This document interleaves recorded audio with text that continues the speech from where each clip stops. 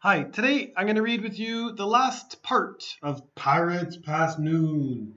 I'm going to read chapter 7 to chapter 10. Okay, so in chapters 1 to 6, Jack and Annie took the treehouse to a beautiful island, but they were not there for very long before the pirates came.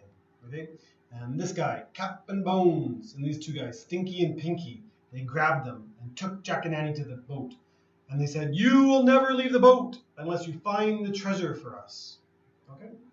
And at the very end of chapter 6, Annie saw that the island was kind of like a clue. Okay? It looked like a whale. See, it looks like a whale there. Okay, so let's read chapter 7. Gales a-blowin'. Now, a gale is a strong wind. Okay? So it's going to get windy and stormy. Okay? In this couple chapters.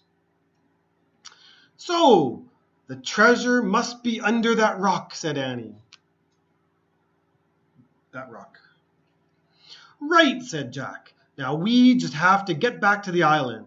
We'll show Captain Bones where the treasure is. Then, while all the pirates are digging, we'll sneak up to the treehouse." "And make a wish to go home," said Annie. "Right." Jack poked his head out of the round window of the cabin. "Captain Bones, sir!" he shouted. The pirates took up the cry, "Captain Bones! Captain Bones!" "Hey!" came a horrible voice. Captain Bones stuck his ugly face through the window. His good eye, he has one eye, glared at Jack. "What do you want, lubbers?" Lubbers, land people, okay? "We're ready to tell the truth, sir," said Jack. "Go ahead," growled Captain Bones.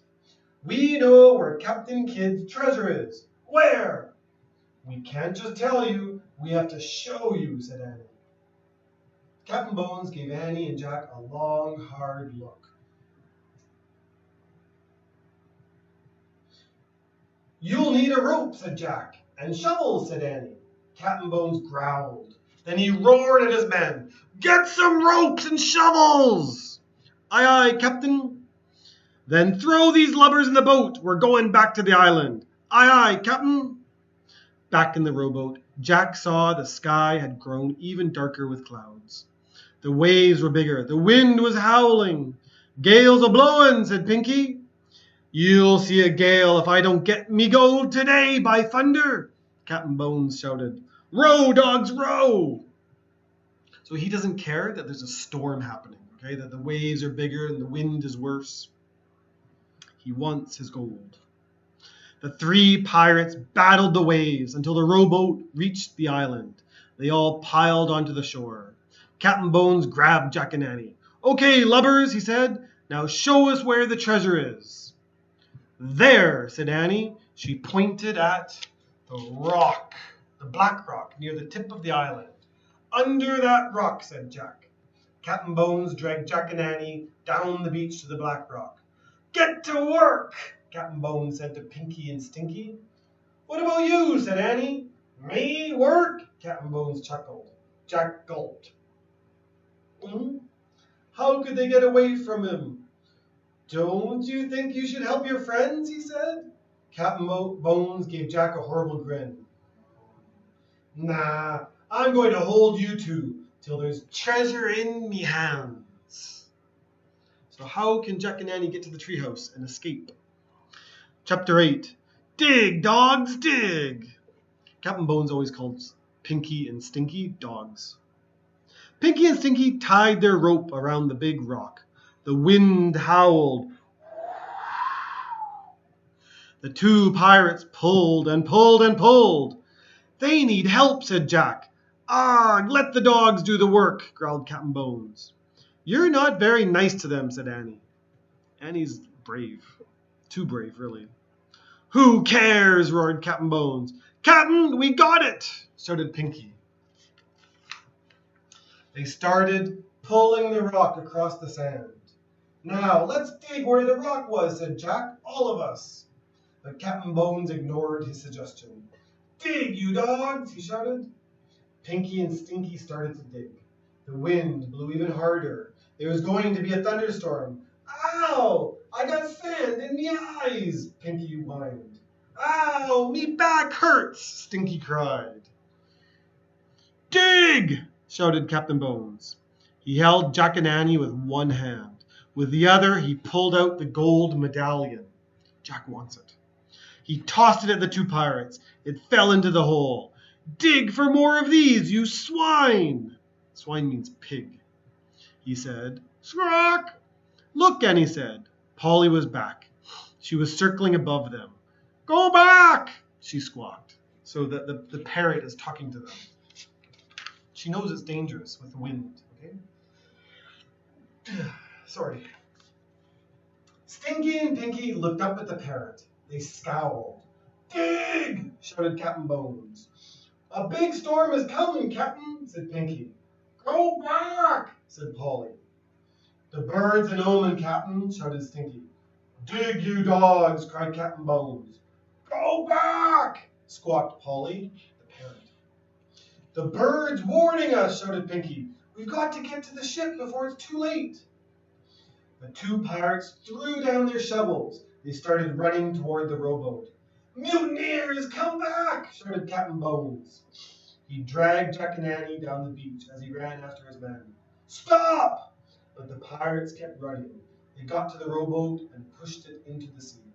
So they're leaving Captain Bones on the island. Wait! Cried Captain Bones. Pinky and Stinky jumped into the boat. They started rowing.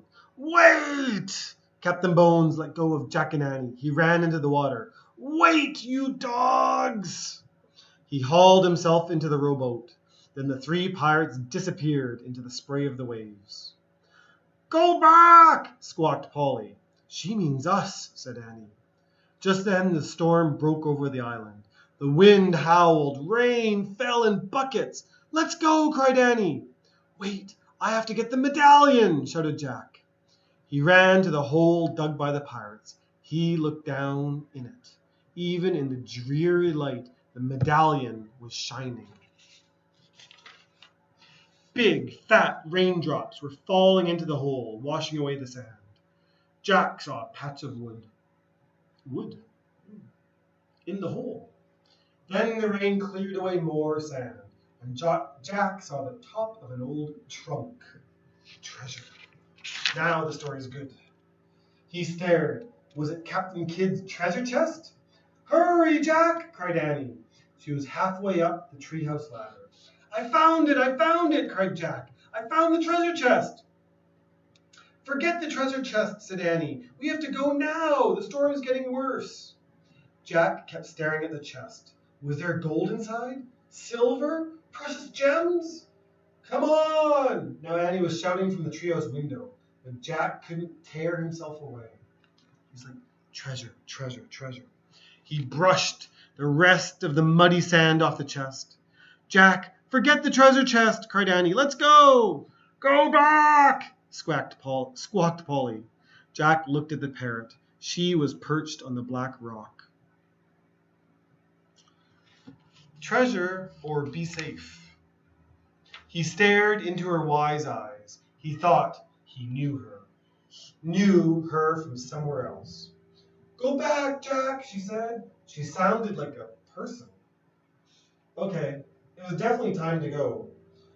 Jack took one last look at the treasure chest. He clutched the gold medallion, and he took off, running toward the treehouse. His socks and rain boots were still there. He quickly pulled the boots on. He shoved the socks into his backpack. The rope ladder was dancing wildly in the wind. Jack grabbed it. The ladder swayed as Jack climbed. He was tossed this way and that, but he held on tight. At last, he pulled himself into the treehouse. Let's go, he cried. Annie, who was already holding the Pennsylvania book, Annie was already holding the Pennsylvania book. She pointed to the picture of Frog Creek. I wish we could go there, she shouted. The wind was already blowing hard, but now it blew even harder. The treehouse started to spin.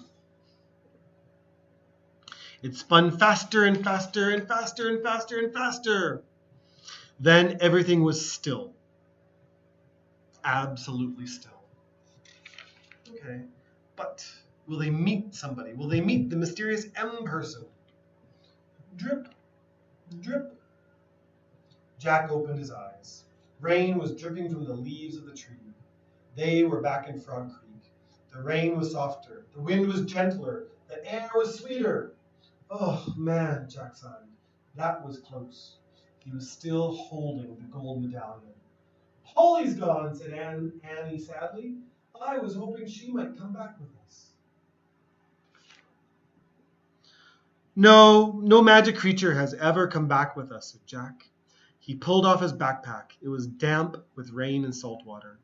Jack took out the pirate book. He put it on the stack of books, on top of the dinosaur book and the night book and the mummy book. The dinosaur book was Magic Trio's Book 1, Book 2, and Book 3. Then Jack put the gold medallion beside the bookmark with the letter M. Next, he went down onto his knees and ran his finger over the shimmering M on the floor. We didn't find any M's on this trip, he said. Or the M person, said Annie. Squawk! Polly? Annie cried. The parrot swooshed into the treehouse. She perched on the stack of books. Polly looked straight at Jack. What are you doing here? He asked her. Slowly, Polly raised her bright green wings. They grew bigger and bigger until they spread out like a huge green cape. Then, in a great swirl of colors, in a blur of feathers and light, in a flapping and stretching and screeching, a new being took shape. So Polly changed into her. Now, who is she? Polly was not a parrot any longer. In her place was an old woman. Not so old. A beautiful old woman with long white hair and piercing eyes. She wore a green feathered cape.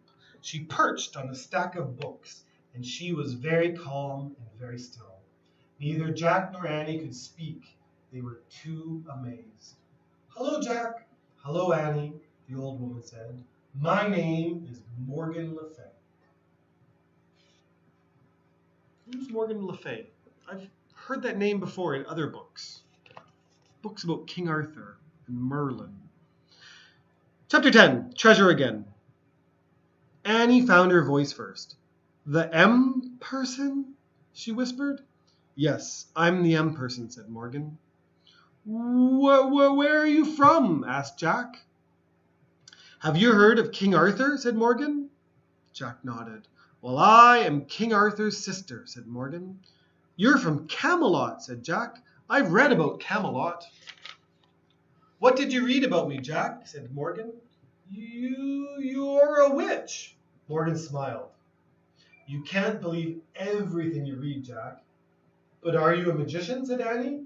Most call me an enchantress, but I'm also a librarian, said Morgan. An enchantress here does have some magic, okay? A librarian, said Annie. Yes, and I've come to the 20th century, your time, to collect books. You are lucky to be born in a time with so many books. For the Camelot Library? Asked Jack. Precisely, said Morgan. I travel in this treehouse to collect words from many different places around the world, and from many different time periods. Did you find books here? Said Jack. Oh yes, many wonderful books. I want to borrow them for our scribes to copy. So scribes here, they copy the books, okay? There's no copy machine. Did you put all the bookmarks in them? Said Jack. Yes. You see, I like the pictures in the books. Sometimes I want to visit the scenes in the pictures. So all the bookmarks mark places I wish to go. How do you get there? Asked Annie. I placed a spell on the treehouse, said Morgan. So when I point to a picture and make the wish, a treehouse takes me there. I think you dropped this in dinosaur time, said Jack. He handed the gold medallion to Morgan. Oh, thank you. I wondered where I'd lost it, she said. She put the medallion into a hidden pocket in her cape. So, can anybody work the spell? Asked Annie. Anybody who tries it? Oh dear, no, not just anybody, Morgan said. You two are the only ones beside me to do it. No one else has ever seen my treehouse before. Is it invisible? Asked Annie. Yes, said Morgan. I had no idea it would ever be discovered. But then you two came along. Somehow you hooked right into my magic. How? Asked Jack. Well, for two reasons, I think, explained Morgan. First, Annie believes in magic. So she actually saw the treehouse, and her belief helped you to see it too. See it, Jack. Oh man, said Jack. Then you picked up a book, Jack, and because you love books so much, you caused my magic spell to work. So they're a good team. Wow, said Annie. You can't imagine my dismay when you started to take off for dinosaur times. I had to make a very quick decision, and I decided to come along. Oh, so you were the pteranodon, said Annie. Morgan smiled. And the cat and the knight. And Polly, said Annie. Yes, said Morgan softly. You were all these things to help us, asked Jack. Yes, but I must go home now. The people in Camelot need my help. You're leaving? Whispered Jack. I'm afraid I must, said Morgan. She picked up Jack's backpack and handed it to him. Jack and Annie picked up their raincoats. It had stopped raining. You won't forget us, will you? Asked Annie as they put their raincoats on. Never, said Morgan. She smiled at both of them. You remind me too much of myself. You love the impossible, Annie, and you love knowledge, Jack. What better combination is there? Morgan Le Fay touched Annie's forehead gently, and then Jack's. She smiled. A little bit sad. Goodbye, she said. Goodbye, said Annie and Jack. Annie left the treehouse first. Jack followed. They climbed down the rope ladder for the last time. They stood below the oak tree and looked up. Morgan was looking at the window. Her long white hair blew in the breeze. Suddenly, the wind began to blow. So there's Morgan. Okay, and there's Jack and Annie waving goodbye. The leaves began to shake. A loud whistling sound filled the air. Jack covered his ears and squeezed his eyes shut. Then everything was silent. Absolutely silent. Jack opened his eyes. The treehouse was gone. All gone. Absolutely gone. Annie and Jack stood a moment, staring up at the empty oak tree, listening to the silence. Annie sighed. Let's go, she said softly. Jack just nodded. He felt too sad to speak. As they started walking, he put his hands into his pockets. He felt something. Jack pulled out the gold medallion. Look, he said. How did... Annie smiled. Morgan must have put it there, she said. But how? Magic, said Annie. I think it means she'll come back. Jack smiled. He clutched the medallion as he and Annie took off through the wet, sunny woods. As they walked, the sun shined through the woods, and all the wet leaves sparkled. Everything, in fact, was shining. Leaves, branches, puddles, bushes, grass, vines, wildflowers, all glittered like jewels. Or gleamed like gold. Annie had been right, thought Jack. Forget the treasure chest. They had treasure at home. A ton of it. Everywhere. Okay? So, that's the end. Pirates Past Noon, Book 4. But there's more Magic Treehouse. What happens in Book 5? I don't know. Bye-bye.